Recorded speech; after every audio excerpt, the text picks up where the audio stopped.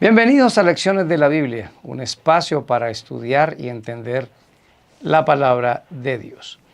Gracias por hacer las tareas de revisar las herramientas. Si usted no tiene el diccionario bíblico adventista, mírelo aquí, cómprelo, pídalo, encárguelo por internet. O también estamos sugiriendo dos libros. El libro que se llama Hermenéutica, para entender todo el proceso del estudio de la Biblia. Y el otro libro se llama La Palabra, cómo estudiarla y entenderla. Y las tres palabras que ustedes van a recibir, el que tiene el diccionario bíblico, sáquelo y busque las siguientes tres palabras. Estúdielas, subrayelas, que sin duda alguna usted va a aprender mucho más profundamente que quien no lo tiene. Y quien no lo tiene, pues suscríbase al canal de WhatsApp. Vamos a acabar con los grupos de WhatsApp porque han tenido mucho problema al verles sus números de teléfono. A algunos los han estafado, a otros les han robado los datos. Así que los vamos a mudar a un canal de WhatsApp esta semana. Se lo estaremos enviando para que vayan a ese canal. En el canal de WhatsApp solo se pueden ver los videos y las herramientas a un OneDrive, porque es lo único que deja colocar ahí. Ya los audios no llegarán al canal de WhatsApp. Así que el que no necesita los audios se muda al canal de WhatsApp, que lo puede pedir a este teléfono. Las tres palabras claves para la herramienta del Diccionario Bíblico Adventista son las siguientes. La palabra creación, la palabra serpiente y la palabra muerte. Así que nos alegra mucho que ustedes sean muy buenos estudiantes. Ya saben que el Señor se va a revelar a todos aquellos que con corazón humilde y sincero quieren aprender de Él. ¿Qué estudiaremos esta semana? El título es El Génesis como fundamento. Génesis significa los orígenes. En el Génesis está el fundamento de todo lo que hoy entendemos como la vida. La vida como hoy existe, como existió y como va a existir, están en el Génesis. Ahí tenemos conceptos muy importantes para funcionar en una sociedad dinámica y equilibrada al mismo tiempo.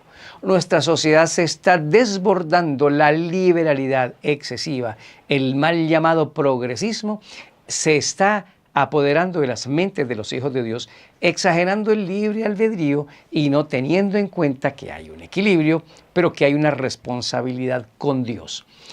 ¿Qué conceptos del Génesis están en peligro que necesitamos verlos para poder interpretar la profecía bíblica? Por ejemplo, el Dios creador y el creacionismo. Está el matrimonio entre el hombre y la mujer. Está la familia, cómo se establece y cuáles son los principios que la dominan. Está todo el sistema de alimentación y de salud. ¿Qué comieron antes del pecado? ¿Qué comieron recién salidos del Edén? ¿Qué les dijo Dios que deberían comer? ¿Qué dieta temporal dio para más adelante en el diluvio? Todo está ahí. Está la sexualidad única y exclusivamente para el sagrado vínculo del matrimonio legalmente establecido. Está todo sobre la ley de los 10 mandamientos. En el Génesis encontramos la mayordomía. ¿Quién soy yo? Yo soy la criatura. Dios es el creador. En Génesis encontramos los conceptos ecológicos que deben equilibrarnos. Está el diluvio y el entendimiento de por qué los grandes cañones, las grandes montañas, las grandes grietas en la tierra, todo a raíz del diluvio. Está el surgimiento del pueblo de Israel como pueblo de Dios encargado para la predicación del Evangelio. Está el entendimiento de los diezmos, cómo Abraham le entregó los diezmos a Melquisedec y muchos otros conceptos más. Por eso queremos darle la bienvenida a nuestra especial aventura de esta semana, en donde vamos a utilizar conceptos del Génesis para entender e interpretar correctamente la profecía bíblica. Lecciones de la Biblia. A continuación. Gracias a Dios, YouTube ha colocado la pista de audio en inglés y en español. Para cambiarla, coloque el video. Toque la pantalla y en la margen derecha superior va a encontrar una ruedita de configuración. Toque la configuración y busque pista de audio y puede cambiarla de inglés a español y de español a inglés. Dios le bendiga. Vamos a orar. Buen Señor, queremos tu dirección y tu guía, por favor. Queremos buscar la verdad como es en Jesús, como está en la Biblia, sin cambiarla, sin prejuicios. Por eso te pedimos que tu Santo Espíritu nos guíe y nos acompañe. En el nombre de Jesús, amén. Vamos a estudiar 5 puntos, por favor. Aquí están. Coherencia divina desde el Génesis. Punto 2. Dios verdadero igual a verdad que no cambia. Punto 3. Pecado, muerte y problemática. Punto 4. La solución al problema. Y el punto 5. La serpiente. Vamos con el punto número 1. Se llama coherencia divina. ¿Qué es la coherencia? La coherencia dice así: unidad en el sentido de un texto cuya idea se transmite a lo largo del escrito y cuyo sentido no cambia. Eso es lo que Dios tiene en su palabra. Mucha coherencia. ¿Qué significa? Que Dios no está diciendo una cosa hoy y está cambiando las reglas de juego mañana. Cuando vayamos a interpretar la Biblia, digamos, si esto lo estableció Dios en el Antiguo Testamento, ¿no lo va a cambiar en el Nuevo Testamento? ¿Qué cambia? ¿Qué no cambia? Es mucha coherencia la que hay. Malaquías capítulo 3, versículo número 6. Hijos de Jacob, yo soy el Señor y no cambio. Por eso ustedes no han sido consumidos. Aquí hay una claridad de que Dios no cambia. Quiero que vayamos al libro de los Hebreos, el capítulo número 13, para que confirmemos más sobre este texto. Hebreos 13, 8. Jesucristo es el mismo ayer, hoy y por los siglos. Y en el siguiente texto dice: no se dejen llevar por vientos de doctrinas. ¿Por qué? Porque la Biblia tiene mucha coherencia. Miren, una de las profecías más largas de la Biblia, o la más larga, es la profecía de los 1260 años, que incluye una porción que se llama las 70 semanas. Es tan coherente Dios que cada fecha se cumplió exactamente como Dios lo dijo en esa profecía. ¿Qué eventos había ahí? Está el inicio de la reconstrucción de Jerusalén y de sus muros. Se anunciaba ahí el bautismo del Mesías, que se cumplió en el año 27 y decía que debería ser en el año 27. La muerte del Mesías debería haber ocurrido en el año 31 después de Cristo, y así ocurrió. El rechazo divino de Dios a Israel como pueblo predicador ocurrió exactamente en el 34. El pueblo de Israel es desechado como pueblo predicador en ese año. Y 22 de octubre de 1844, el comienzo del juicio investigador. Eso se cumplió de una manera exacta. Dios guarda coherencia perfecta con estas cosas. Entonces, conceptos como los 10 mandamientos, el sábado, el diezmo, el orden en lo que debemos comer y no debemos comer, la venida del Mesías, el surgimiento de un pueblo que debería cumplir una misión, todo se fue cumpliendo en la historia completamente. Hoy nosotros estamos en el último periodo de la historia y debemos ser muy coherentes. Dios no cambia las reglas de juego. El método de salvación siempre ha sido el mismo. Por gracia en el Cordero, por gracia en Cristo Jesús. El pacto siempre ha sido el mismo. Recibió nombres distintos por situaciones que sucedieron o con las distintas personas que Dios lo realizó, pero el pacto no cambió nada. Antiguo y nuevo no cambió nada, solo la actitud de quienes buscaban a Dios en ese pacto. Entonces, un primer elemento que hay que tener muy en claro cuando interpretemos la Biblia y la profecía bíblica, que es toda la Biblia, pero nos vamos a concentrar en muchos elementos de Daniel y Apocalipsis, se llama la coherencia. El hilo conductor, que es el amor de Dios, siempre permanece hasta el final. Es más, la segunda venida de Cristo sí está presente en muchos eventos del Antiguo Testamento y por eso guarda coherencia cuando se hable de la segunda venida en el Nuevo Testamento. Vamos al punto número 2. Dios verdadero, verdad inmutable. Hay una lucha entre el bien y el mal, hay una lucha entre la verdad y la mentira. Nosotros debemos creer a la verdad. El diablo está interesado en torcer la palabra de Dios. A Eva le torció el texto que Dios había dicho. Dios dijo, no coman de ese árbol y de los demás pueden comer. Y el diablo tuerce el texto y dice, con que Dios les dijo que no coman de ningún árbol. Y eso torció la mente de Eva. Tentación de Cristo. Tírate que a sus ángeles mandará cerca de ti, pero omitió que te guarden en todos tus caminos, porque yo hago la voluntad de Dios y los ángeles ayudan. Esa parte la omitió. Entonces es experto el diablo en meter tonos grises dentro de la interpretación. Miremos algunos textos. Vamos a ver el libro de Hebreos, capítulo número 2, versículo 1 al 3. Por tanto, es necesario que prestemos más atención a lo que hemos oído, no sea que nos extraviemos. Porque si el mensaje anunciado por medio de los ángeles fue firme y toda transgresión y desobediencia recibió su justo castigo, ¿cómo escaparemos nosotros si descuidamos una salvación tan grande? Esta salvación fue anunciada primeramente por el Señor a los que la oyeron y nos la confirmaron. Está muy claro, ¿no?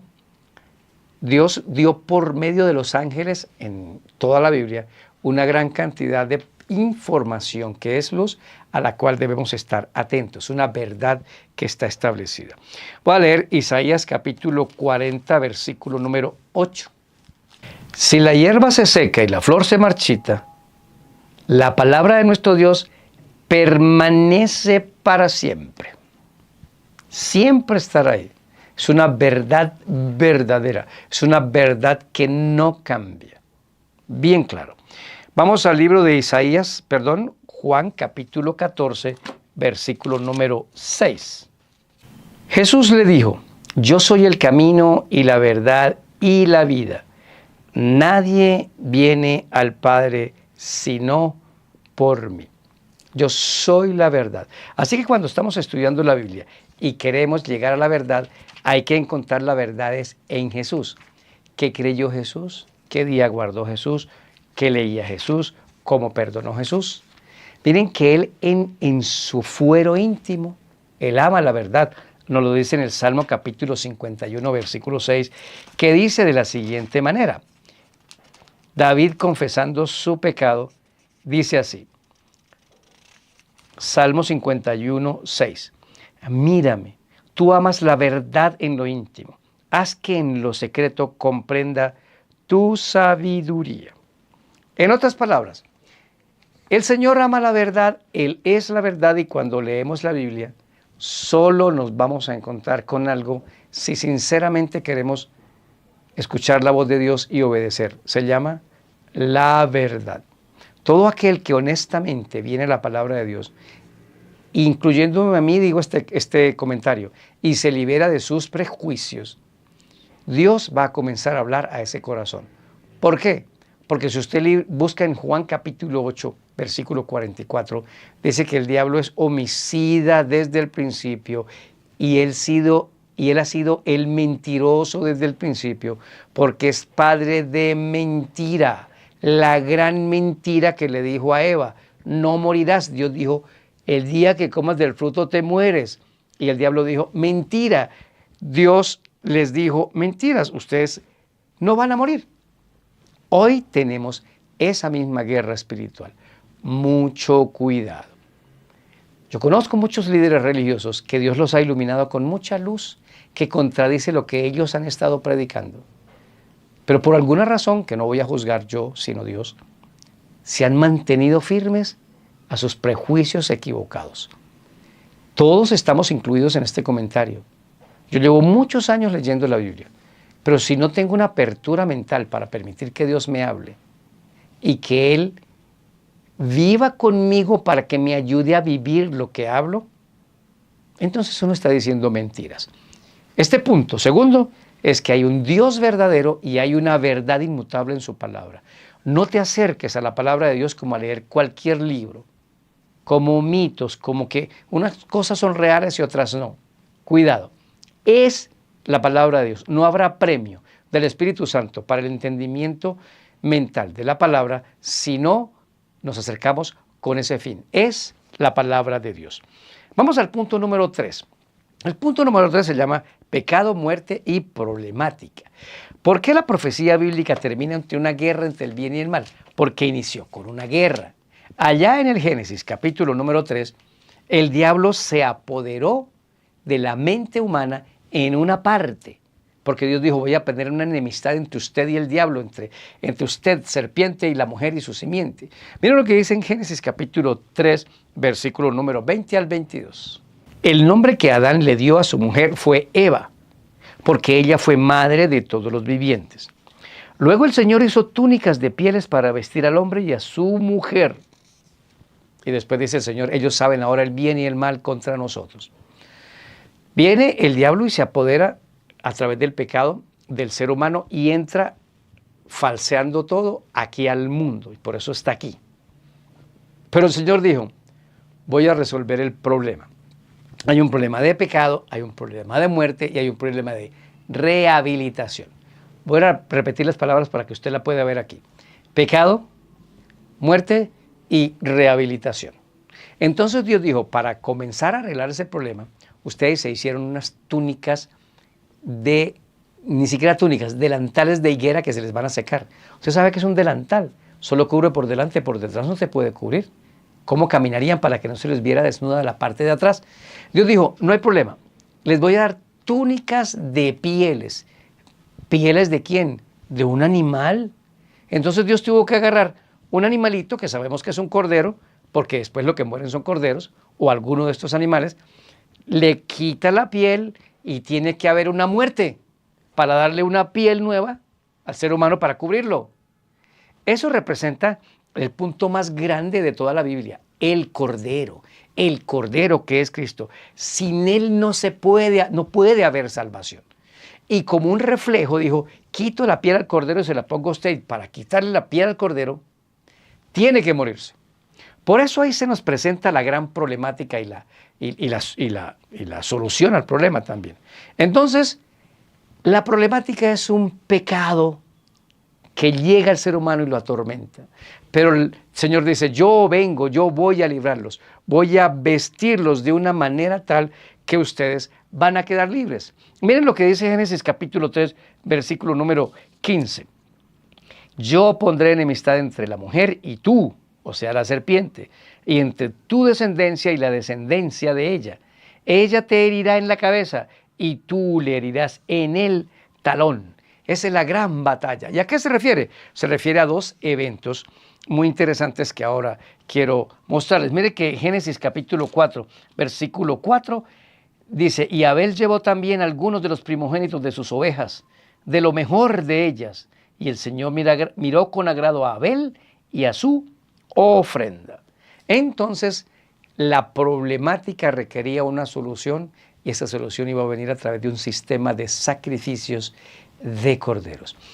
En Génesis entendemos que hubo un problema que se llama pecado y que nos trajo la muerte y que hay una problemática en la vida que se llama el ser humano y el pecado destruyéndose a sí mismo. Pero que la solución iba a estar en el cordero. Por eso pasemos al punto número 5. La solución. Esta solución en el tema del Apocalipsis va a aparecer mucho, porque el cordero es el que triunfa y el que gana. ¿Se acuerdan? Tomó unas pieles de cordero y se las puso a Adán y Eva, y entonces ellos con esas pieles de cordero puestas no fueron muertos, porque el que murió fue el cordero para darle esa piel. Ahora voy a leerles en Apocalipsis capítulo número 5, versículo 4 y 5, la importancia del cordero en este proceso de la salvación. Génesis 5, 4 y 5 dice así: yo lloraba mucho al ver que no había nadie digno de abrir el libro, ni de leerlo, ni de mirarlo. Uno de los ancianos me dijo, no llores, pues el león de la tribu de Judá, la raíz de David, ha vencido y puede abrir el libro y quitarle sus 7 sellos. En ese momento vi a un cordero en medio del trono y de los 4 seres vivientes y en medio de los ancianos. Estaba de pie y parecía haber sido inmolado. O sea que Génesis 5 está ocurriendo una escena que ocurre muy cerca de la resurrección de Cristo cuando asciende al cielo. Parecía inmolado, parecía sacrificado, como si las cicatrices todavía se estuvieran frescas, que se le podían ver, porque parecía como que había sido sacrificado. ¿Qué hay aquí en la solución del problema? El Cordero murió, y cuando el Cordero muere, y lo vamos a estudiar en la profecía bíblica, nos dio a nosotros la oportunidad de salir de la muerte. ¿Cómo? Aceptando a Cristo y recibiendo el bautismo. Pero el segundo punto es que hay que ser rehabilitados. Al ser humano le gusta pecar, y esa rehabilitación tiene que venir como producto de una compañía y de la gracia de Dios. Voy a leer para ustedes Juan capítulo 8, versículo número 11, para que entendamos este punto de que la salvación está completa no solamente con la muerte de Cristo, sino con la rehabilitación del ser humano. Juan 8, 11. Ella dijo: nadie, Señor. Entonces Jesús le dijo: tampoco yo te condeno. Vete y no peques más. A María, a la mujer adúltera, le estaba diciendo esto: yo te perdono, pero tienes que irte y no pecar más, rehabilitarte. ¿Y cómo me voy a rehabilitar, Señor? Sigue conmigo. Esa es una tarea que no puede hacer el ser humano, porque como no eres capaz de amarme para obedecer la ley, yo voy a rehabilitarte, te voy a ayudar a que me ames y termines guardando mi ley. Por eso Juan capítulo 1, versículo 29 y 30, Juan miró y dice: este es el Cordero que quita el pecado del mundo. La figura central de toda la profecía bíblica es Cristo, el Cordero. Sin el Cordero no hay salvación, sin el Cordero no hay rehabilitación. Así que eso va a ser un punto muy importante que seguiremos desarrollando.